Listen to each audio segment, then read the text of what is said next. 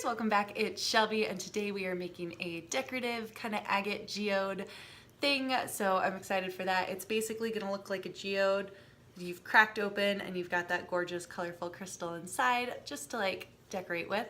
So I'm going to be using borax. If you haven't seen any of my other videos on that, go ahead, check those out.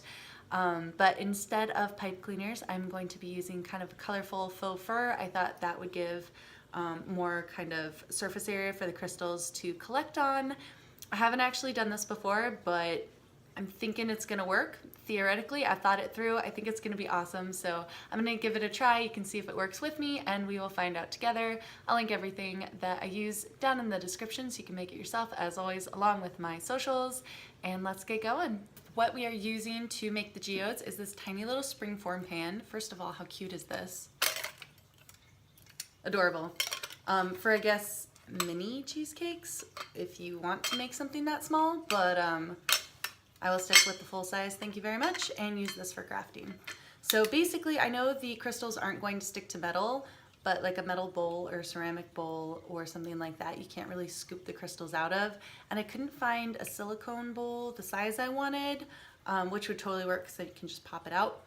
So I found this, and I thought that would work because when the crystals are all done and out and dried, I can just go and then they'll come right out. So perfect, and this is gonna be our mold. For the actual faux fur that I'm putting inside that I want the crystals to grow off of, I have two colors. I have this pale blue that's gonna go on the bottom and give that lovely kind of pale white center. And then around the edges, I'm gonna be putting dark blue, and I have two of these because I found a square, so I cut it in half rather than a big long strip, but a big long strip would actually be preferable. So these are gonna go around the side and kind of make that, so it'll be hopefully darker on the sides and lighter in the center. But like I said earlier, the crystal will not stick to the metal, so I don't have to worry about kind of getting this out once I pop the sides. What I do have to worry about is the fabric floating up and away in the water because it's very light and there's nothing keeping it to this. So to fix that, double-sided sticky tape. I have just attached two strips on each of my deep blue rectangles and an X on the back of my main one. I'm gonna switch the camera angle so you can see me put those in the pan, but I'm hoping the tape will affix the fabric in my mold long enough to get it in the pot and settle down. I'm not too worried once like all the water stops moving and it's saturated. Like there's nothing really to bring it up, but like getting it down in the boiling water, I can't really use my hand, so I need the tape to last long enough to keep it down there. So I'm gonna change the camera angle and we will get this thing assembled.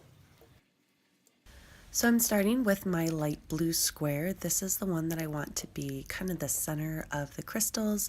I'm just pushing it down on the bottom and then using the dark blue strips of faux fur fabric to line the outsides of the mold, as I said earlier.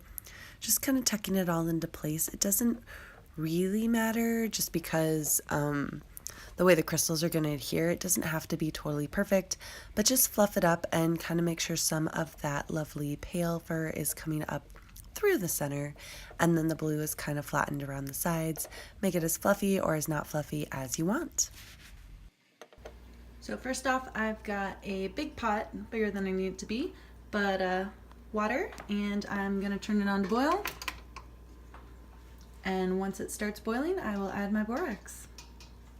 When your water starts boiling, just add your borax until no more will dissolve. Okay, so that's my solution. It's pretty well saturated. This is what my little would-be agate is gonna look like here. Got that lovely light blue poking up, and since I'm not going to stick my hands in boiling water and I need it to go down, I'm going to use a little potato masher to safely lower it to the bottom.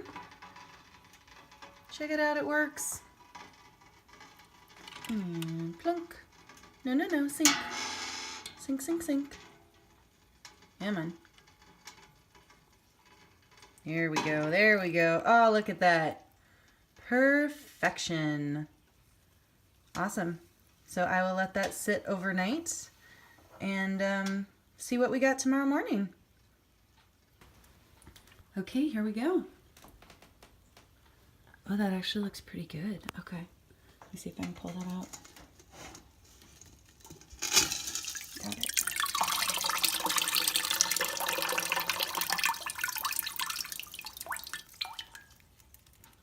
looks pretty good.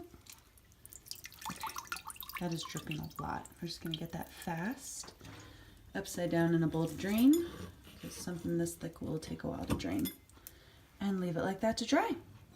Okay, it is the next day. My agate is all drained. Here you can see it in the little pie tin. I'm going to remove it. So it's pretty loose in there, but just for the sake of being able to do it, I'm going to pop my little pie tin and get all of the crystals off the handle that way. And it comes out super easy.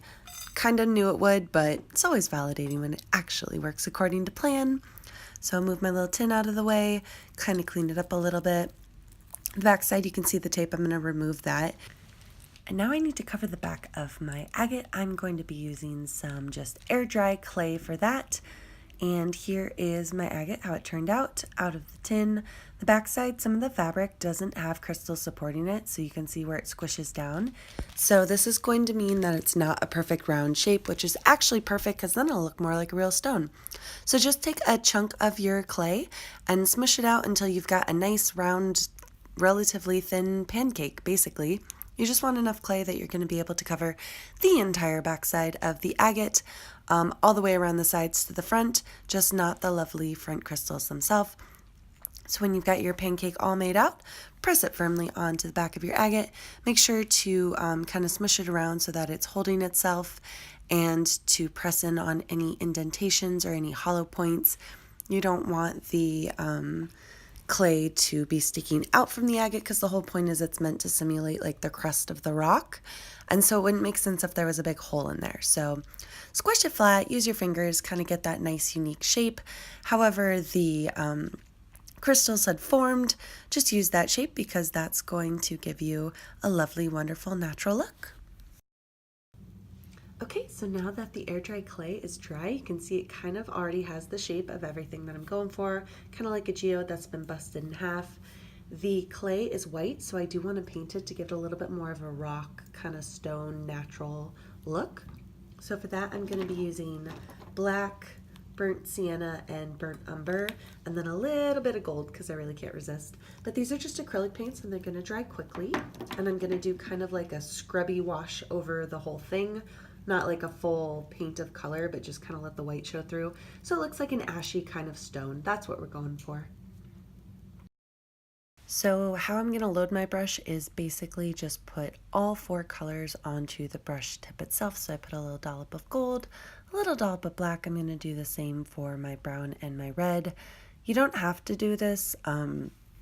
And I mean, there's really not like a whole lot of advantage of doing it. Basically, I'm just lazy, but it does give kind of a cool texture. It gives like a little bit of a streaky kind of, you know, unusual, unpredictable kind of blend of the colors. Sometimes they go out in true form and sometimes they blend. So it's kind of cool.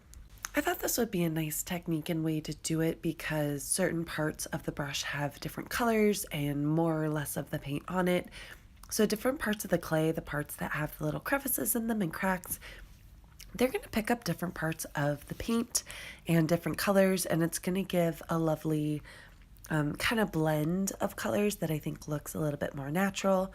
So yeah, basically I just kept adding color and paint and buffing it out with my brush till I was happy with the result.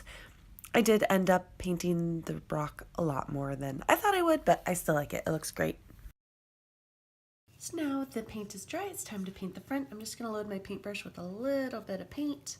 I don't actually want to paint the inside as much as I painted the outside because I want it to look kind of like it's broken up and that the inside layers are different colors. I love my gold. I gotta have gold on there. So yeah, just kind of ring it a little bit.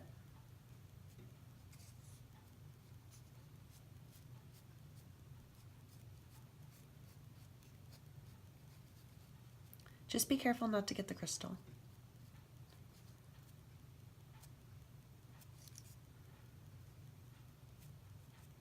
Alright guys, so here's how it turned out. Even better than I was expecting. Look at that sparkle and that shine. There's some nice color gradation from the different colored faux fur, so the gradient is there. I love that. The outside is painted to kind of look like a rock. I couldn't resist adding some gold because I love gold. So like in the veins and the cracks, there's some gold shining through. I love that. It's not a perfect circle, which is great. The crystals actually kind of crystallized in a band here, but not so much here and here, so it gave it like a nice kind of realistic rock shape. It's not perfectly round, which is kind of cool. I like it best kind of upright like that. I think that's the way that I'm going to display it. But I think this turned out great. Like, I'm really excited for this. I'm gonna put some pictures up at the end, kind of some close-ups so you can see it. I feel like it's not doing it justice on the camera. Look at that though, that's so pretty. This turned out so well. I'm super excited for this. So I'm gonna start my little Geode agate collection because it's so cute. So I will put everything you need if you want to make one of your own down in the description, along with my socials as always. Give the video a thumbs up if you liked it, consider subscribing, and I'll see you here again next time. Bye.